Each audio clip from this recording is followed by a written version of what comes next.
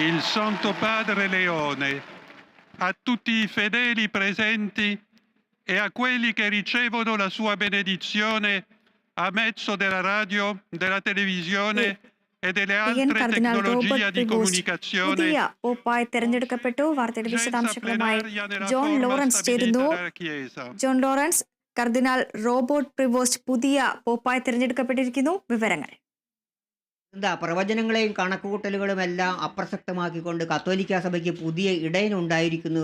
വിശുദ്ധ പത്രോസിൻ്റെ 267 പിൻഗാമിയായി അമേരിക്കയിൽ നിന്നുള്ള ഒരു പോപ്പ് തെരഞ്ഞെടുക്കപ്പെട്ടിരിക്കുന്നു എന്നുള്ളതാണ് എല്ലാവരെയും അത്ഭുതപ്പെടുത്തുന്ന ഒരു തെരഞ്ഞെടുപ്പായി മാറിയിരിക്കുന്നു എന്ന് വേണം നമ്മൾ കരുതാൻ. അധികാരപരമായി അമേരിക്കയിൽ നിന്നൊരു പോപ്പ് ഉണ്ടാവുക എന്നുള്ളത് വത്തിക്കാൻ്റെ ചരിത്രത്തിലോ അല്ലെങ്കിൽ വിശ്വാസികളുടെ ഭാഗത്തു നിന്ന് അങ്ങനെ ഒരു പ്രതീക്ഷ അവർ വെച്ചു പുലർത്തുന്നില്ല. കാരണം ലോക പോലീസുകാരനായ ഡൊണാൾഡ് ട്രംപ് അമേരിക്കൻ പ്രസിഡന്റ് ലോക പോലീസുകാരനാണ്. ആ ലോക പോലീസുകാരൻ്റെ നാട്ടിൽ നിന്ന് ലോകമെമ്പാടുമുള്ള 145 കോടി കത്തോലിക്കരുടെ കമാൻഡർ ഇൻ ചീഫ് വന്നിരിക്കുന്നു. അത്ഭുതപ്പെടുത്തുന്ന തെരഞ്ഞെടുപ്പ് എന്ന് വേണമെങ്കിൽ നമുക്കിതിനെ വിശേഷിപ്പിക്കാം. 2 അധികാര കേന്ദ്രങ്ങൾ അമേരിക്കയിൽ നിന്ന് വന്നിരിക്കുന്നു. അത്ഭുതപ്പെടുത്തുന്ന കാര്യമെന്ന് വേണമെങ്കിൽ നമുക്ക് കരുതാം. പോപ്പിൻ്റെ സന്ദേശം തന്നെ എല്ലാവർക്കും സമാധാനം ഉണ്ടാവട്ടെ എന്നാണ് അദ്ദേഹം ആശംസിച്ചിരിക്കുന്നത്.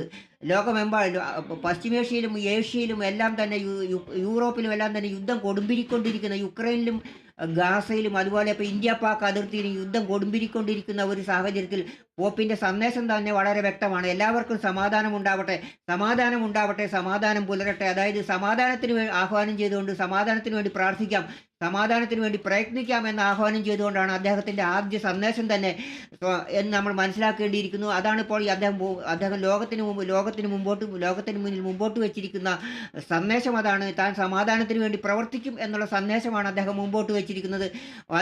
എന്നാണ് നമ്മൾ ഇപ്പോൾ മനസ്സിലാക്കേണ്ടത്. ആ പോപ്പ് സമാധാനത്തിൻ്റെ ദൂതനാണ്, അല്ലെങ്കിൽ പോപ്പുമാർ സമാധാനത്തിൻ്റെ ദൂതന്മാരാണ്. അത് തന്നെയാണ് അദ്ദേഹം മുമ്പോട്ട് വെച്ചിരിക്കുന്ന ദർശനവും അല്ലെങ്കിൽ പ്രത്യാശ എന്നാണ് അദ്ദേഹം ലോകത്തിന് മുമ്പിൽ വെച്ചിരിക്കുന്ന പ്രത്യാശ. അതാണ് യുദ്ധങ്ങൾ കൊണ്ട് കലുഷിതമായി കാലഘട്ടത്തിൽ സമാധാനം പുലരട്ടെ, ഞാൻ സമാധാനത്തിനൊപ്പമാണ് എന്ന് അദ്ദേഹം പറഞ്ഞു വെച്ചിരിക്കുന്നു.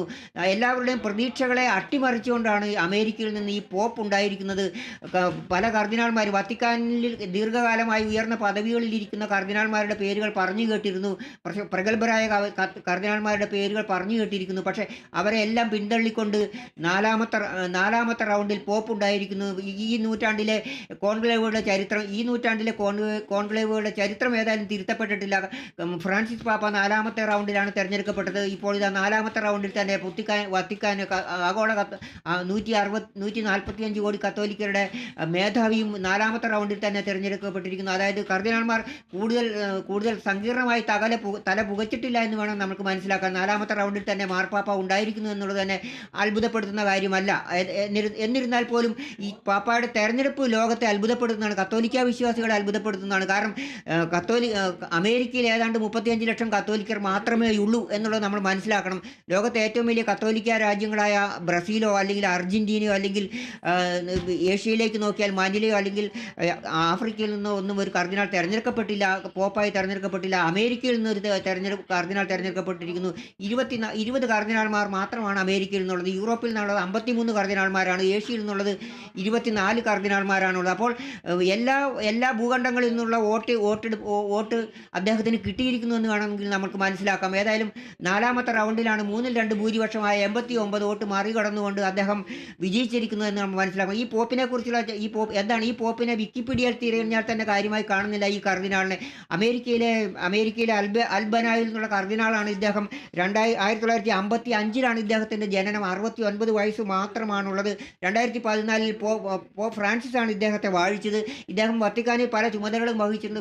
ഇപ്പോൾ നമ്മൾ വിക്കിപീഡിയ പോലെ അല്ലെങ്കിൽ വത്തിക്കാനിൽ നിന്ന് ഇദ്ദേഹത്തെക്കുറിച്ച് ഏറ്റവും പുതുതായി പുറത്തു കിട്ടുന്ന വിവരങ്ങൾ, ഇദ്ദേഹം ലോകമെമ്പാടുമുള്ള കത്തോലിക്ക സഭയുടെ ലോകമെമ്പാടുമുള്ള മെത്രാൻ ബിഷപ്പുമാരെ തിരഞ്ഞെടുക്കുന്ന സമിതിയുടെ തലവനായിട്ട് ഇദ്ദേഹം 2023 മുതൽ പ്രവർത്തിച്ചു വരുന്നു എന്നുള്ള ഒരു വിവരമാണ് നമുക്ക് അദ്ദേഹത്തെക്കുറിച്ച് നമുക്ക് ഇപ്പോൾ പറയാനുള്ളത്. ഇദ്ദേഹം നയതന്ത്ര തലത്തിൽ പ്രവർത്തിക്കുകയോ അങ്ങനെയുള്ള കാര്യങ്ങൾ വത്തിക്കാൻ്റെ നയതന്ത്ര തലത്തിൽ പ്രവർത്തിക്കുകയോ അങ്ങനെ ഏതെങ്കിലും തരത്തിലുള്ള ഒരു പാരമ്പര്യമുള്ള ഒരു കർദിനാളല്ല അദ്ദേഹം. അതേസമയം അദ്ദേഹത്തിൻ്റെ പാസ്റ്ററലായിട്ട് വൈദിക പാരമ്പര്യം, അതായത് ഒരു വൈദികൻ എന്ന നിലയിൽ അദ്ദേഹത്തിൻ്റെ പാസ്റ്ററൽ പാരമ്പര്യം ഉണ്ട് എന്ന് നമുക്ക് കരുതാം. കാരണം 69 അദ്ദേഹം കർദിനാളാകുന്നത് 2014 ആണ്. അപ്പോൾ അതിനു മുമ്പ് അദ്ദേഹം അദ്ദേഹം വൈദിക വൃത്തികളിലൂടെ അദ്ദേഹം ദീർഘകാല പാരമ്പര്യം അദ്ദേഹത്തിനുണ്ട്. ബിഷപ്പായും ആർച്ച് ബിഷപ്പായും കർദിനാളായും അദ്ദേഹത്തിന് ദീർഘകാല വൈദിക പാരമ്പര്യം ഉണ്ട് എന്ന് നമുക്ക് മനസ്സിലാക്കാം. ഇനി ഇദ്ദേഹത്തിൻ്റെ നിലപാടുകളാണ് നമ്മൾ ശ്രദ്ധിക്കേണ്ടത്. പോപ്പ് ഫ്രാൻസിസിനെ അദ്ദേഹം അനുസ്മരിച്ചിരിക്കുന്നു എന്നുള്ള നമ്മൾ പ്രത്യേകം ശ്രദ്ധിക്കേണ്ട ഒരു കാര്യം. സമാധാനത്തിന് വേണ്ടി താൻ പ്രവർത്തിക്കുമെന്ന് അദ്ദേഹം പറഞ്ഞിരിക്കുന്നു. പുതിയ കാലത്ത് കത്തോലിക്ക സഭ എങ്ങനെയായിരിക്കും കത്തോലിക്ക സഭ ലോകത്തെ അഡ്രസ്സ് ചെയ്യുക അല്ലെങ്കിൽ അഭിസംബോധന ചെയ്യുക എന്ന് നമ്മൾ ശ്രദ്ധിക്കേണ്ടിയിരിക്കുന്നു. ഈ പോപ്പിൻ്റെ നിലപാടുകൾ എന്തായിരിക്കുമെന്ന് നമ്മൾ ശ്രദ്ധിക്കേണ്ടിയിരിക്കുന്നു. കത്തോലിക്ക സഭയിൽ പോപ്പ് ഫ്രാൻസിസ് തുടങ്ങി വെച്ച ആ പാരമ്പര്യം അല്ലെങ്കിൽ പോപ്പ് ഫ്രാൻസിസിൻ്റെ പിൻഗാമി എന്ന് പറഞ്ഞാൽ പോരാ, പോപ്പ് ഫ്രാൻസിസിനെ പോലെ അദ്ദേഹം സഭയെ എങ്ങനെ മുന്നോട്ട് നയിക്കും. കലുഷിതമായ ഈ കാലഘട്ടത്തിൽ പത്രോസിൻ്റെ നൗകയെ, അതാണ് അങ്ങനെയാണ് സഭയെക്കുറിച്ച് പറയുക. എല്ലാ കാലത്തും സഭ പ്രതിസന്ധികൾ നേരിടുന്നുണ്ട്. അതുകൊണ്ട് തന്നെ വലിയ തിരമാലകൾ ആഞ്ഞടിക്കുന്ന ഒരു സമുദ്രത്തിലൂടെ പോകുന്ന ഒരു നൗകയെ പോലെയാണ് ഈ കത്തോലിക്ക സഭ എന്നാണ് വിവക്ഷിക്കപ്പെടുന്നത്. അപ്പോൾ അങ്ങനെയാണെങ്കിൽ ഈ പത്രോസിൻ്റെ നൗക, ആഞ്ഞടിക്കുന്ന തിരമാലകളിൽ ചാഞ്ചാടുന്ന ഈ പത്രോസിൻ്റെ നൗകയെ എങ്ങനെയായിരിക്കും ഇദ്ദേഹം മുമ്പോട്ട് നയിക്കുക എന്നുള്ളത് നമ്മൾ കാണേണ്ടിയിരിക്കുന്നു. വലിയ മുക്കുവൻ എങ്ങനെയാണ് അദ്ദേഹത്തെ ഈ സഭയെ നയിക്കുക എന്നുള്ളത് നമ്മൾ ഇനി കാണാനിരിക്കുന്നതേ ഉള്ളൂ. പോപ്പിൻ്റെ സ്ഥാനാരോഹണം അടുത്ത ആഴ്ച ഉണ്ടാവും എന്നാണ് നമ്മൾ കരുതേണ്ടത്. ഫ്രാൻസിസ് പോപ്പിനെ പോലെ അദ്ദേഹം സഭ മാറ്റി നിർത്തിയവരെ എല്ലാം തന്നെ ചേർത്ത് പിടിക്കുമോ? ട്രാൻസ്ജെൻഡേഴ്സിനെയും അതുപോലെ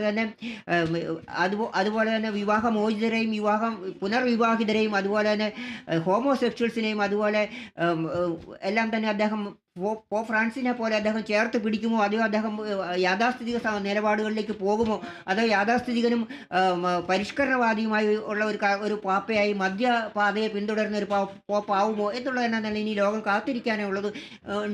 കാത്തിരിക്കാൻ പോകുന്നുള്ളൂ. അദ്ദേഹത്തിൻ്റെ നിലപാടുകൾ എന്താണ്, അദ്ദേഹത്തിൻ്റെ പ്രവർത്തികൾ എന്താണ് എന്നുള്ളത് തന്നെ നമ്മൾ കാത്തിരിക്കുന്നതേ ഉള്ളൂ. ഏതായാലും വളരെയധികം അത്ര പ്രശസ്തരൊന്നുമില്ലാത്ത ഒരാൾ കത്തോലിക്ക സഭയുടെ അമരത്തേക്ക് വന്നിരിക്കുന്നു എന്നാണ് ഇപ്പോൾ നമ്മൾ മനസ്സിലാക്കേണ്ടത്. അതും അമേരിക്കയിൽ നിന്നുള്ള ഒരു പോപ്പ് തിരഞ്ഞെടുക്കപ്പെട്ടിരിക്കുന്നു എന്നുള്ളത് ചരിത്രത്തിൽ തന്നെ വളരെ വളരെ ഒരു നിർണായകമായ ഒരു സന്ധിയായിട്ട് വേണം നമ്മൾ ഇതിനെ കരുതാൻ. വളരെ ചരിത്രം തന്നെ ഈ 2021 നൂറ്റാണ്ടിലെ ഈ മൂന്നാമത്തെ കോൺക്ലേവ് വളരെ ചരിത്രം തന്നെ തിരുത്തി കുറിച്ചിരിക്കുന്നു. കാരണം കോൺക്ലേവുകളുടെ ചരിത്രത്തിൽ ഏറ്റവും കൂടുതൽ കർദിനാൾമാർ പങ്കെടുത്ത കോൺക്ലേവ് ഇതാണ്. 133 കർദിനാൾമാർ.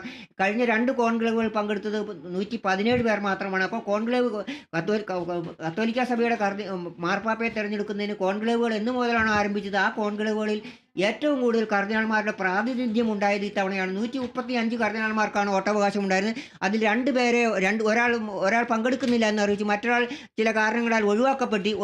അപ്പോൾ 133 കർദിനാൾമാരാണ് പുതിയ പാപ്പയെ തെരഞ്ഞെടുത്തത്. കത്തോലിക്ക സഭയുടെ വിശ്വാസം അനുസരിച്ച് 133 കർദിനാൾമാർ സിസ്റ്റൈൻ ചാപ്പലിൽ സമ്മേളിച്ചപ്പോൾ ഒരാൾ അരൂപിയായ 134 പേർ അതിനകത്ത് ഉണ്ടായിരുന്നു എന്നാണ് കത്തോലിക്ക സഭയുടെ വിശ്വാസം. അരൂപിയായ ദൈവം, അതായത് ക്രൈസ്റ്റ് അവിടെ ഉണ്ടായിരുന്നു. ആ ക്രൈസ്റ്റിൻ്റെ കത്തോലിക്ക സഭയുടെ പോപ്പിനെ തെരഞ്ഞെടുക്കുന്ന കർദിനാൾമാരുടെ ദൈവഹിതം ആണെന്നാണ്, അതായത് കർദിനാൾമാരിലൂടെ ദൈവഹിതം പ്രവർത്തിക്കുന്നു എന്നുള്ളതാണ് ഈ കത്തോലിക്കരുടെ വിശ്വാസം. അല്ലെങ്കിൽ ഈശ്വര വിശ്വാസികളായിട്ടുള്ള എല്ലാ മനുഷ്യരുടെയും വിശ്വാസം. അവരുടെ മതത്തിൻ്റെ മേധാവിയെ തിരഞ്ഞെടുക്കുന്നത് ഈശ്വരൻ്റെ ഒരു പ്രവൃത്തിയായിട്ടാണ് അവർ കാണുന്നത്. അതുപോലെ തന്നെ 133 പേർ സമ്മേളിച്ച 133 കർദിനാൾമാർ സമ്മേളിച്ച ഈ സിസ്റ്റൈൻ ചാപ്പലിൽ ഈ കഴിഞ്ഞ 48 മണിക്കൂറിനിടയിൽ ഈ അരൂപിയുടെ ഒരു ആശീർവാദം ഉണ്ടായിരിക്കുന്നു. അതായത് കത്തോലിക്കരുടെ വിശ്വാസം. ക്രൈസ്റ്റ് അവിടെ ഉണ്ടായിരിക്കുന്നു. ക്രൈസ്റ്റ് തൻ്റെ പിൻഗാമിയെ തിരഞ്ഞെടുത്തിരിക്കുന്നു. നീ ഭൂമിയിൽ എന്തൊക്കെ ചെയ്യുന്നു അതെല്ലാം സ്വർഗത്തിലും ചെയ്യപ്പെടും. നീ ഭൂമിയിൽ അഴിക്കുന്നതെല്ലാം സ്വർഗത്തിലും അഴിക്കപ്പെടും. നീ ഭൂമിയിൽ കെട്ടുന്നതെല്ലാം സ്വർഗത്തിലും കെട്ടപ്പെടുമെന്നാണ് ക്രൈസ്റ്റ് തൻ്റെ പ്രഥമ ശിഷ്യനായ പത്രോസിനോട് പറഞ്ഞത്. ആ പത്രോസിൻ്റെ പിൻഗാമിത ഇപ്പോൾ കത്തോലിക്ക സഭയുടെ അമരക്കാരനായി വന്നിരിക്കുന്നത്. വത്തിക്കാൻ രാഷ്ട്രത്തിൻ്റെ തലവൻ കൂടിയാണ് പോപ്പ് എന്നുള്ളത് നമ്മൾ മനസ്സിലാക്കണം. പോപ്പിൻ്റെ അധികാരങ്ങൾ 2 തരത്തിൽ, ആത്മീയമായ അധികാരങ്ങളും ഭൗതികമായ അധികാരങ്ങളും അദ്ദേഹത്തിനുണ്ട്. ലോകത്തിലെ ഏറ്റവും ചെറിയ രാജ്യമായ വത്തിക്കാൻ രാഷ്ട്രത്തിൻ്റെ തലവനാണ് പോപ്പ്.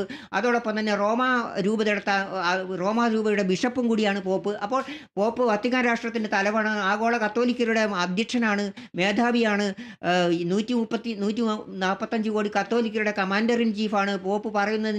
പോപ്പിൻ്റെ തീട്ടൂരങ്ങൾക്ക് മാറ്റമില്ല. പോപ്പ് പറയുന്നത് കേട്ടേ മതിയാവൂ. അല്ലെങ്കിൽ പോപ്പിനെ അനുസരിക്കാത്തവൻ കത്തോലിക്ക സഭയിൽ തുടരാനാവില്ല. ഇതാണ് കത്തോലിക്ക സഭയുടെ ഒരു ചരിത്രം അല്ലെങ്കിൽ കത്തോലിക്ക സഭയുടെ നടപടിക്രമങ്ങൾ സന്ദർഭങ്ങൾ അതാണ്. കത്തോലിക്കാ സഭയുടെ പോപ്പായി അമേരിക്കയിൽ നിന്ന് ഒരാൾ വന്നിരിക്കുന്നു എന്നുള്ളത് വളരെ പ്രത്യേകം ശ്രദ്ധിക്കപ്പെടേണ്ട കാര്യമാണ്. ചരിത്രത്തിൽ സ്ഥാനം പിടിച്ച കോൺക്ലേവ് എന്ന് വേണമെങ്കിൽ നമുക്ക് ഇതിനെ പറയാം. ഏറ്റവും കൂടുതൽ കർദിനാൾമാർ പങ്കെടുത്ത കോൺക്ലേവ്. അതോടൊപ്പം തന്നെ അമേരിക്കയിൽ നിന്ന് പോപ്പ് ഉണ്ടായിരിക്കുന്നു. എല്ലാ കണക്കുകൂട്ടലുകളെയും നിഷ്പ്രഭമാക്കിക്കൊണ്ട് അമേരിക്കയിൽ നിന്ന് ഒരു പോപ്പ് ഉണ്ടായിരിക്കുന്നു. ലോകത്ത് സമാധാനം ഉണ്ടാവട്ടെ എന്ന് അദ്ദേഹം ആശംസിച്ചിരിക്കുന്നു. അദ്ദേഹം സമാധാനത്തിന് വേണ്ടി പ്രവർത്തിക്കും. യുദ്ധം കൊണ്ട് കലുഷിതമായ ഈ കാലഘട്ടത്തിൽ ഇന്ത്യയും പാകിസ്ഥാനും തമ്മിൽ യുദ്ധം തുടങ്ങിയിരിക്കുന്നു. യുക്രൈനിൽ യുദ്ധം തുടരുന്നു. ഗാസയിൽ ആക്രമണം തുടരുന്നു. ഈ കാലഘട്ടത്തിൽ